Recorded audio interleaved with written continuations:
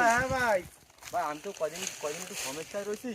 তা ওই দরবের বাগানে দরবের বাবা আইছে, দরবের বাবার কাছে গেছিলাম। তা ও আমার মাটি নিয়ে যেতে কইছে আমাকে ঘরের থেকে। কি সমস্যা তাই কয়ে দিতে পারবে না। কি বলো বাবা, তুমি দরবারের বাবারে তুমি বিশ্বাস করেই করো? তাই কি বলতেছো ভাই?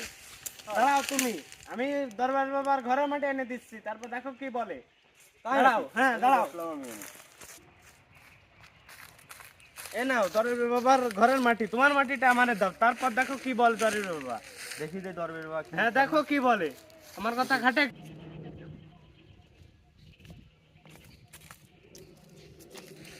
দরবেশ বাবা, আপনি এই যে মাটি আনতে বলেছিলেন, মাটি নিয়ে আইছি। মাটি আনছিস?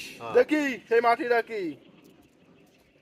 এই মাটিতে দিব্য শক্তিতে বুঝতে পারতেছি তোর বউ কেউ সাথে পরকা করেছে। কি বলেন বাবা? হ্যাঁ, এই মাটিতে বুঝতে পারছি আমি। তোর আরো দুইটা সন্তান আছে, ওই সন্তান কিন্তু তোর না বৎস। ওই সন্তান তোর না, ওইটা তোর বউ যার সাথে পরকা করে সে তার এই সন্তান দুটো। বাবা তা আপনি বুঝতে পারলেন কিভাবে?